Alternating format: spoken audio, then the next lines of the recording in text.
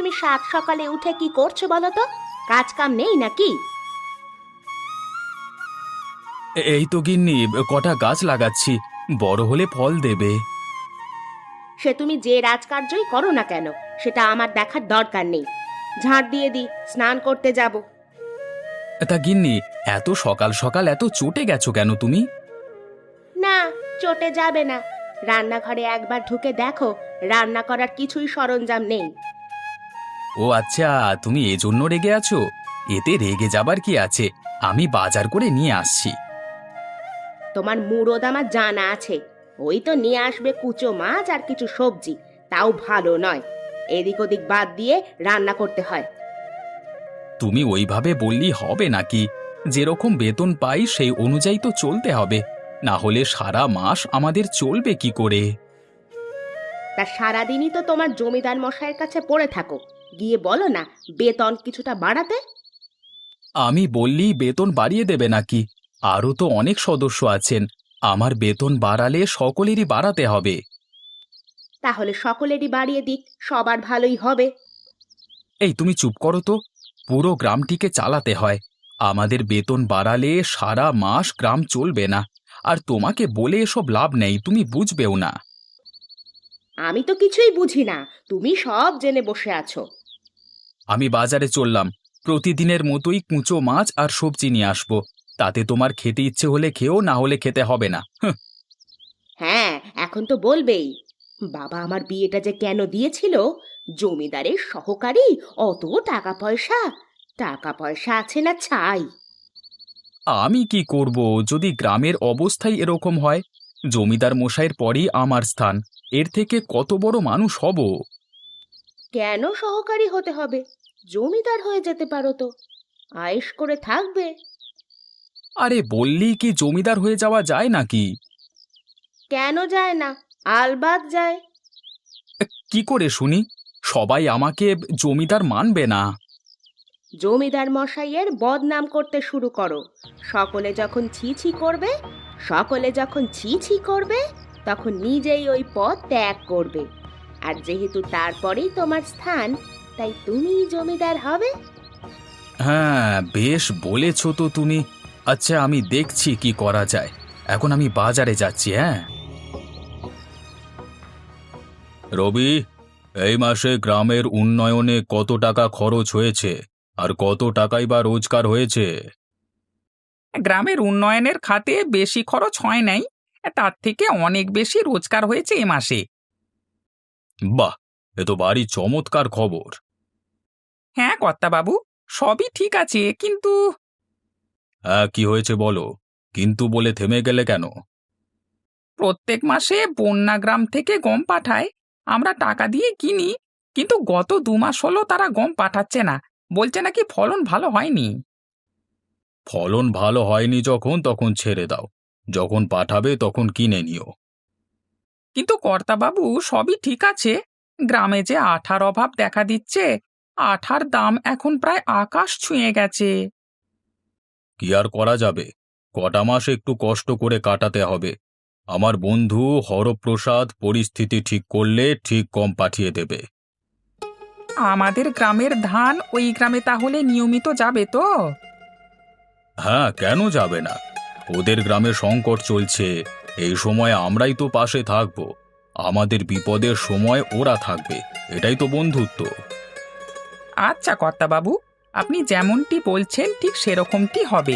আজ আমি এখন তাহলে আসি।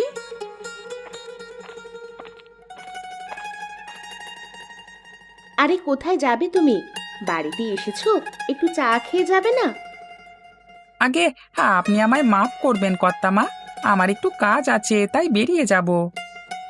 ওইসব আমি কিছু শুনবো না। আমি তোমাদের দুজনের জন্য চা নিয়ে এসেছি, খেয়ে নাও। আরে রবি, অত লজ্জা করো না, তোমার কর্তামা দিচ্ছেন তো, না করতে নেই, খেয়ে নাও। কিন্তু কর্তাবাবু, আমি পাশের গ্রামের একটু খোঁজ খবর নেব। হ্যাঁ, নিতে চাইলে নিতে পারো, কিন্তু আমার পুরো বিশ্বাস আছে হরপ্রসাদের ওপর, যে ও আমার বিশ্বাস ভাঙবে না। হ্যাঁ ঠিক আছে বাবু, হ্যাঁ তবুও আমি একবার কারোর সাথে দেখা হলে জিজ্ঞাসা করব। তুমি যেটা ভালো বুঝবে সেটাই করো, আমার কোনো আপত্তি নেই। হ্যাঁ, ধন্যবাদ কর্তাবাবু। কর্তাবাবু, ভেতরে আসবো? হ্যাঁ, এসো, তোমার জন্যই তো অপেক্ষা করছিলাম।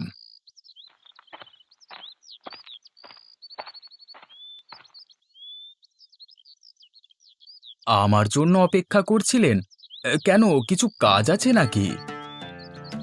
হ্যাঁ, এখন শুধু কাজ নয়, অনেক কাজ। গত মাসে আমরা মেঘ গ্রামে কোনো গম দিতে পারিনি, তাই এ মাসে দিতে হবে। আগের তুলনায় বেশি গম দেব। গরুর গাড়িতে বস্তা বোঝাই করা আছে, তুমি গাড়িওয়ালাদের সাথে একটু যেও, কেমন? আগে কর্তাবাবু, কেন যাব না, নিশ্চয়ই যাব। এবার সব কিছু ঠিকঠাকভাবে পৌঁছে দেবে আমার মিত্রের বাড়িতে, কেমন? হ্যাঁ, এ তো মেঘনা চাইতেই জল। এবার এই বস্তা বস্তা গম ঢুকিয়ে দেব আমার বাড়িতে, আর মেঘ গ্রামের বাসিন্দাদের বলে দেব আমাদের জমিদার মশাই তাদের আর গম দেবে না। তিনি এখনই লুকিয়ে লুকিয়ে গম শহরে বিক্রি করে দিচ্ছেন। সবার কাছে আমি ভালো সাজবো, আর জমিদার মশাইকে খারাপ করে দিয়ে তাড়িয়ে দেব গ্রাম থেকে। কি গো আদিত্য, অত কি ভাবছো? তোমার যাওয়ার ইচ্ছে আছে তো? জি জমিদার মশাই, বলুন। বলছি, তোমার যাওয়ার ইচ্ছে আছে তো? ইচ্ছে না থাকলে যেও না, অন্য কাউকে পাঠিয়ে দিচ্ছি। না জমিদার মশাই, আমি যাব। আমার কর্তব্য আমি পালন করব। আপনার কথা অমান্য করতে আমি চাই না। তাহলে তুমি বেরিয়ে পড়ো। বাইরে গরুর গাড়ি বোঝাই করা গমের বস্তা আছে, তুমিও গাড়িতে উঠে পড়ো। সাবধানে যেও, আর সব কিছু ঠিকঠাকভাবে হিসেব নিকেশ বুঝিয়ে দিয়ে এসো কিন্তু, হ্যাঁ? আপনি একদম চিন্তা করবেন না, আমি আমার দায়িত্ব খুব ভালোভাবেই জানি। বাবা, তাহলে এসো এখন, কেমন? এই চল, গাড়ি ছাড়, অনেক দূরে যেতে হবে। এই তো গাড়ি ছেড়িয়ে দিয়েছি, আপনি বসুন। তমাল, তোর সাথে একটি জরুরি কথা আছে আমার। এই কথাটা তুই যদি কাউকে বলিস, তাহলে তুই আর বেঁচে ফিরবি না, মনে রাখিস। কি কথা বাবু? আমি কাউকে বলবো না। এই গরুর গাড়ি মেঘ গ্রামে যাবে না, তুই আমার বাড়িতে নিয়ে চল। এই কথাটা কাউকে বলবি না। হ্যাঁ, এর জন্য তোকে আলাদা করে অনেক টাকা দেব। মুখ একদম বন্ধ রাখবি বলে দিলাম। এ কি বলছেন আপনি? আমায় তো জমিদার মশাই বললেন যে মেঘ গ্রামে পৌঁছে দিতে। তোকে অত ভাবতে হবে না, আমি যেটা বলছি সেটাই কর, তার জন্য মোটা টাকা পাবি। এ কি বলছেন আপনি? আমি এ কাজ করতে পারবো না, আমায় মাফ করেন। মনে হচ্ছে তুই তোর জীবনকে ভালোবাসিস না। এই, তুই এখন অনেক ছোট রে, অনেক ছোট। আমি যেটা বলছি সেটা শোন, তোর পক্ষেও ভালোই হবে, কেউ কিচ্ছু জানতে পারবে না।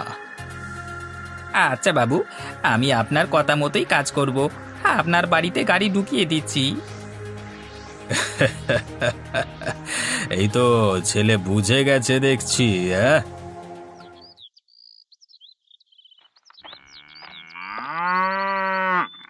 এ কি গো, বস্তা বস্তা এত কি এনেছো? আরে একটু থামো, আগে সবকিছু ঠিকঠাক করি, তারপর সব বলছি। এই তমাল, তোর গরুর গাড়িটা আর একটু ভেতরের দিকে ঢুকিয়ে দে। পাঁচিল দিয়ে ঘেরা বাড়ি, কেউ দেখতে পাবে না।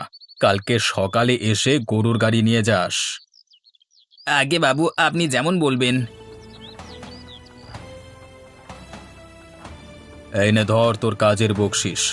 আর হ্যাঁ, এই কথাটা যেন কেউ জানতে না পারে, না হলে তোর খবর আছে বলে দিলাম। কেউ জানতে পারবে না বাবু। কালকে সকালে এসে আমি আমার গরুর গাড়ি নিয়ে যাব, বস্তাগুলো নামিয়ে রাখবেন। আমি সব ঠিকঠাক করে দেব, তোকে অত ভাবতে হবে না। শুধু এইটুকু মাথায় রাখিস, কেউ যেন কিছু জানতে না পারে। না না, কেউ জানবে না। এই এই তুমি কি করতে চাইছো বলো তো? আমি তো কিছুই বুঝতে পারছি না। হ্যাঁ, তুমি বললে না আমাকে জমিদার হতে, ওটার জন্যই প্রস্তুতি নিচ্ছি। অত ঘুরিয়ে পেঁচিয়ে না বলে একদম সোজাসুজি বলো, আমি কিছু বুঝতে পারছি না। এগুলো হলো গমের বস্তা।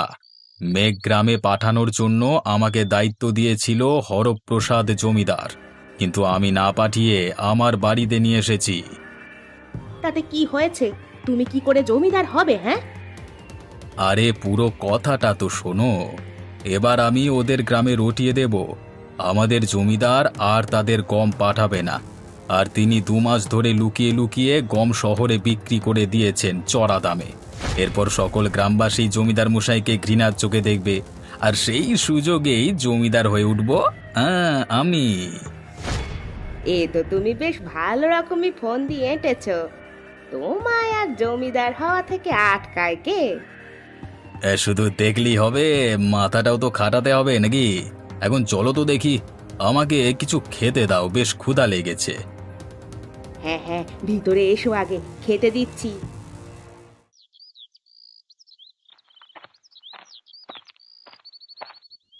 কি ভাই, কেমন চলছে? সব ঠিকঠাক আছে তো পারে? হ্যাঁ দাদা, সবকিছু ঠিকঠাকই চলছে।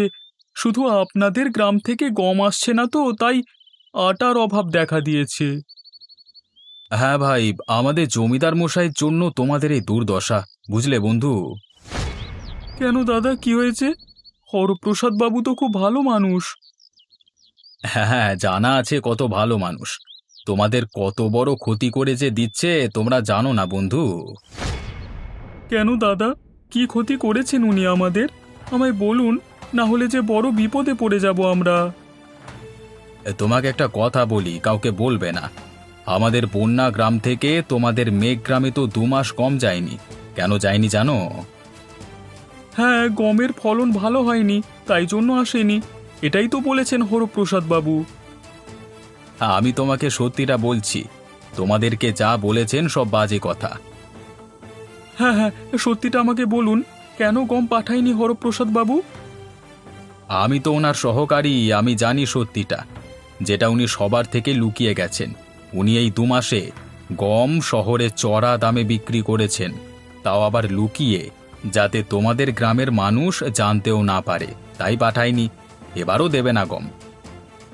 সে কি, হরপ্রসাদ বাবুর তলে তলে এই? আমরা তো ওনাকে খুব ভালো মানুষ বলেই জানতাম। আমি বললাম বলি তুমি জানতে পারলে, না হলে আর পারতে? জানিয়ে দিয়েছেন, ভালো হয়েছে। না হলে আমাদের গ্রাম তো খুব সংকটের মুখে পড়তো। এই কথাটি আমি বলেছি, কাউকে বলবে না কিন্তু, তাহলে আমার কাজ চলে যাবে। আপনি চিন্তা করবেন না বাবু, আমরা ঠিক একটা ব্যবস্থা নেব। এখন আমি চলি।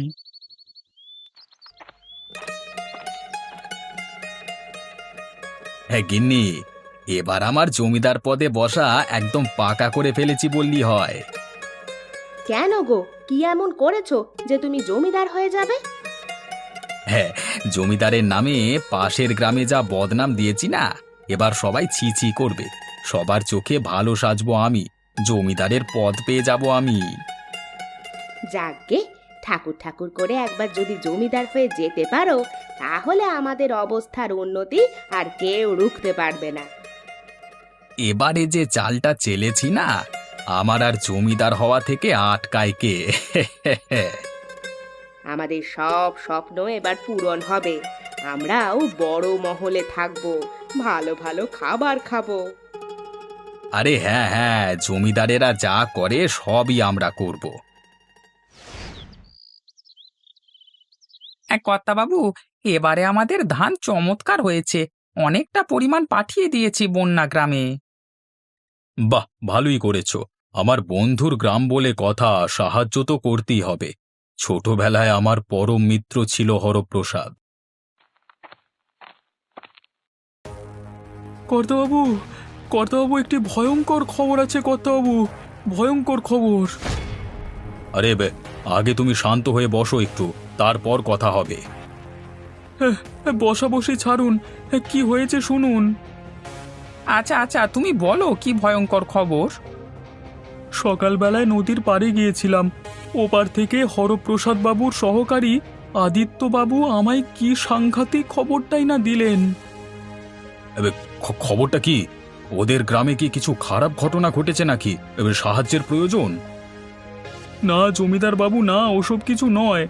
আমায় বললেন, গত 2 মাস আমাদের গ্রামে যেই গম আসেনি, সেই গম নাকি হরপ্রসাদ বাবু লুকিয়ে লুকিয়ে শহরে চড়া দামে বিক্রি করে দিয়েছেন। এবারেও গম আসবে না। মুখ সামলে কথা বলো। তুমি কার সম্বন্ধে কি অভিযোগ দিচ্ছ ভেবে দেখেছো? জমিদার বাবু, ভাবার কিছু নেই। আমিও প্রথমে বিশ্বাস করিনি, কিন্তু উনি ওনার সহকারী, তিনি আমাকে নিজে এসে বললেন। আমার ছোটবেলার মিত্র হরপ্রসাদ শেষ পর্যন্ত আমার সাথে বেইমানি করলো। কটা টাকার লোভে সে আমাকে গম বিক্রি করলো না। ঠিক আছে, আমি এক্ষুনি একটা পত্র লিখে দিচ্ছি, পৌঁছে দেওয়ার ব্যবস্থা কর রবি। আজ্ঞে কর্তাবাবু, কিন্তু কর্তাবাবু, আমার একটা খটকা লাগছে। অভয় দিলে আমি বলতে পারি? হ্যাঁ, বল, কি বলবি? কর্তাবাবু, আমার কি মনে হচ্ছে জানেন, এগুলি সব মন গড়া গল্প কথা। হরপ্রসাদ বাবু ওরকম স্বভাবের মানুষ নন যে আমাদের সাথে বেইমানি করবেন। আমায় যে তাহলে আদিত্যবাবু বললেন এই কথাগুলি? ভাই, এগুলি সব আদিত্য নিজের স্বার্থ চরিতার্থ করবার জন্য বলেছেন। হ্যাঁ জমিদার বাবু, আমরা কালকেই বন্যা গ্রামে যাব। আমাদের খোঁজ নেওয়াটা খুবই দরকার। এইভাবে কাউকে ভুল বোঝাটা আমাদের উচিত হচ্ছে না। হ্যাঁ, আমি বেশ উত্তেজিত হয়ে যাচ্ছি। কারোর সম্বন্ধে সঠিক তথ্য না জেনে এইভাবে সন্দেহ করা উচিত নয়। আচ্ছা রবি, কাল তুমি আমার সাথে যেও বন্যা গ্রামে, গিয়ে পর্যবেক্ষণ করে দেখে নেবে কে দোষী। কালই জানা যাবে বিশ্বাসঘাতক কে, আদিত্য নাকি হরপ্রসাদ বাবু। না না, এটা একদমই হতে পারে না। আমি বিশ্বাস করি না যে হরপ্রসাদ বাবুর মতো এত ভালো মানুষ এই বিশ্বাসঘাতকতা করবেন। কর্তামা, আমাদের কারোরই এই কথাটি বিশ্বাস হচ্ছে না। কালকে যাব, গিয়ে ভালোভাবে পর্যবেক্ষণ করে তবেই সিদ্ধান্ত নেব আমরা। এই কথাটা কেউ জানতে পারবে না। হ্যাঁ, এইটাই ভালো হবে। কাউকে না জানিয়ে হঠাৎ করে গিয়ে প্রশ্ন উত্তর করো। যে দোষী সে থতমত খেয়ে যাবে। কর্তামা, আমিও এই পরিকল্পনাই করেছিলাম। আচ্ছা কর্তাবাবু, আমি এখন আসি তাহলে, সকাল সকাল বেরিয়ে পড়ব। আদিত্য, তুমি ঠিকঠাকভাবে গমের বস্তাগুলি পৌঁছে দিয়েছো তো লালমোহনের কাছে? জি কর্তাবাবু, আপনার আদেশ কি আমি অমান্য করতে পারি? না না, তোমার উপর আমার পুরো বিশ্বাস আছে। আপনি বিশ্বাস করিয়ে যান আর আমি জমিদার হওয়ার প্রস্তুতি নিই। আদিত্য, তুমি কিছু ভাবছো নাকি? কি যেন বিড়বিড় করছো? আগে না না, কিছু না। আরে আরে লালমোহন যে, হঠাৎই যে না জানিয়ে চলে এলে। ভালোই করেছো, অনেকদিন দেখা সাক্ষাৎ হয়নি। বসো বসো। না, আমি তো এখানে বসতে আসিনি। আমার একটি জরুরি কাজে এখানে এসে উপস্থিত হয়েছি। আগে বাবু, কি জরুরি কাজ? আমায় বলুন, আমি এক্ষুনি সবকিছু করবার ব্যবস্থা করছি। থাক আদিত্য, তোমায় আর কিছু করতে হবে না। যা করবার আমি নিজে করব। কিছু হয়েছে নাকি বন্ধু? তুমি এরকম ব্যবহার করছো কেন? অনেক কিছু হয়ে গেছে, অনেক কিছু। তাই এরকম ব্যবহার করতে আমি বাধ্য হচ্ছি। রবি, তুমি তোমার কাজটা শুরু করো। হরপ্রসাদ বাবু, আমি আপনাকে কিছু প্রশ্ন করব, তার সঠিক উত্তর দেবেন তাহলেই হবে। প্রশ্ন? আচ্ছা, কি প্রশ্ন আছে বলো, আমি উত্তর দেবার চেষ্টা করব। আপনি গত 2 মাস আমাদের গম পাঠাননি কেন? আমাদের গ্রামে গমের ফলন ভালো হয়নি, তাই 2 মাস পাঠাতে পারিনি। সেই বাবদ এ মাসে আমি আরও কিছু বেশি বস্তা গম পাঠিয়ে দিয়েছি আপনাদের। তুমি আমাদের গম পাঠিয়ে দিয়েছো? হ্যাঁ, আমি তো আগামী কালই আদিত্যর হাত দিয়ে আপনাদের মেঘগ্রামে পাঠিয়ে দিয়েছি। কিন্তু আমাদের কাছে তো কোনো গমের বস্তা যায়নি। আদিত্য, অতগুলি গমের বস্তা গেল কোথায়? আমি তো জানি না কর্তাবাবু। জানো না মানে? তুমি তো নিজে যাবে বললে। হরপ্রসাদ বাবু, অত উত্তেজিত হবেন না। যেই গরুর গাড়ি করে আপনি গম পাঠিয়েছিলেন তার চালককে ডেকে পাঠান। ডেকে পাঠানোর কোনো প্রয়োজন নেই। আমি নিজে যাব তোমাদের বাড়িতে। দয়া করে একটু আসুন আমার সাথে। তমাল, বাড়ি থেকে বেরিয়ে এসো। কি কথা বাবু, আপনি আমার বাড়িতে, মানে কি কি কি সৌভাগ্য আমার, মানে। ওসব পরে হবে, আগে তুমি আমায় বলো, কালকে যে গমের বস্তা বোঝাই করে গরুর গাড়ি নিয়ে গেলি সেটা কোথায় রেখে এসেছিস? মিথ্যে কথা বলবার চেষ্টা করবি না বলে দিলাম, তোর কাজ তো যাবেই, সাথে সাথে গ্রাম ছাড়াও করব। কথা বাবু, আমি আপনাকে সব সত্যি বলছি। আমাকে আদিত্য বাবু বলেছিলেন সব গমের বস্তা তার বাড়িতে রেখে আসতে, কাউকে বলতে বারণ করেছিলেন, তার জন্য আমাকে 1 তুলি টাকা দিয়েছিলেন। জমিদার মশাই, দেখলেন তো, আপনি দুধ কলা দিয়ে কাল সাপ পুষেছেন, যে কিনা ছোবল দেবে বলে প্রস্তুতি নিচ্ছে। যাকে আমি এত বিশ্বাস করলাম সে কিনা আমার বদনাম করলো। আদিত্য, এই গ্রামে তোমার আর কোনো জায়গা নেই, এক্ষুনি বেরিয়ে যাও। কর্তাবাবু, এরকম বলবেন না। আমি আর কোনো কথা শুনতে চাই না, দূর হয়ে যাও আমার চোখের সামনে থেকে। আমি বলেছিলাম না জমিদার বাবু, হরপ্রসাদ বাবু ওরকম মানুষই না।